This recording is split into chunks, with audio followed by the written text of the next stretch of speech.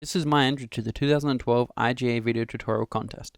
This tutorial will be based on the factory, which in my opinion is one of the nicest looking 3-ball juggling tricks around. This tutorial will also demonstrate and teach other tricks that will help when learning the factory. Yeah! Before watching this tutorial, the only pattern you need to know is the basic 3-ball cascade. Now you might be thinking, but why? The cascade looks nothing like the factory. Although this may be so, all the throws in the factory are based on the same height as the cascade, plus it's useful to have the hand-eye coordination needed to perform the cascade. Now I have a feeling most people watching this tutorial will also know some of the basic tricks that lead up to the factory. If so, feel free to skip ahead according to this contents page, which shows the time and name of each step during this tutorial. Okay, let's begin. The first step to the factory is becoming solid at 2 balls in one hand. So for this, we'll be using only 2 balls. Start by learning inside throws, which are thrown from the inside of your body and caught on your outside. They travel around in a 2D oval shape and should not have depth. Make sure you can do at least 30 to 40 catches of these before moving on to the next step. The next step is to learn outside throws, which are the opposite to inside, as they are thrown from the outside and caught on the inside. These might be tricky at first, but again, stick to them until you can do at least 30 to 40 catches comfortably. The last step to 2 in one hand is columns. In columns, the balls are thrown straight up and come straight back down. The inside ball stays on the inside and the outside ball stays on the outside. This trick will be the most necessary for the factory, so make sure to practice it a lot. You should be able to do 50 plus catches before moving on.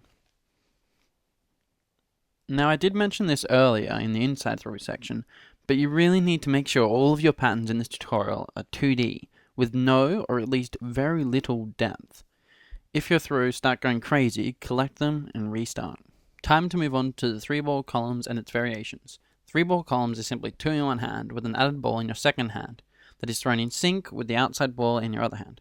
Now you can alternate your hand that catches the inside ball, though this isn't necessary unless you want to learn the factory on both sides, in which case you'll have to kind of do everything else on both sides too. The first variation of columns is fake columns. With fake columns, the ball in your second hand isn't thrown, but instead carried in sync with the outside ball. Out of these 3 tricks, this will be the most beneficial to learn in the factory, as in the factory you do carry that outside ball. The second variation is the yo-yo. This trick isn't really necessary, but it will help you get better at 2 in one hand while doing something else in your other hand. In the yo-yo, you use the single ball in your second hand to hover above the inside ball, following it as if a string was attached between the 2 balls. 2 in one hand columns while holding a ball over the top, as you can see, is a very creative name for this step. This step gets you ready for the exchange by solidifying your ability to do columns in one hand while having your second hand in the position of the drop for the exchange. The next step is the fake factory. This pattern really allows you to get a feel for the motion of the carrying arm during the factory.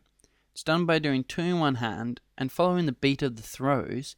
You go up with the outside, across with the inside, back across when the outside is thrown, and back down when the inside is thrown. And this will look as if you're following the outside ball.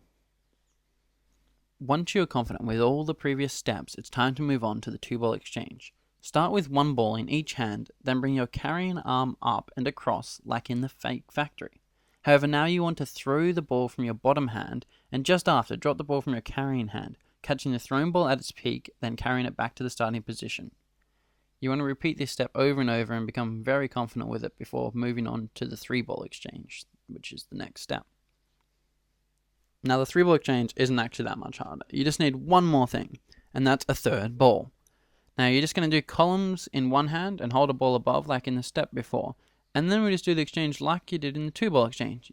Throw it across, drop it in, and then continue on.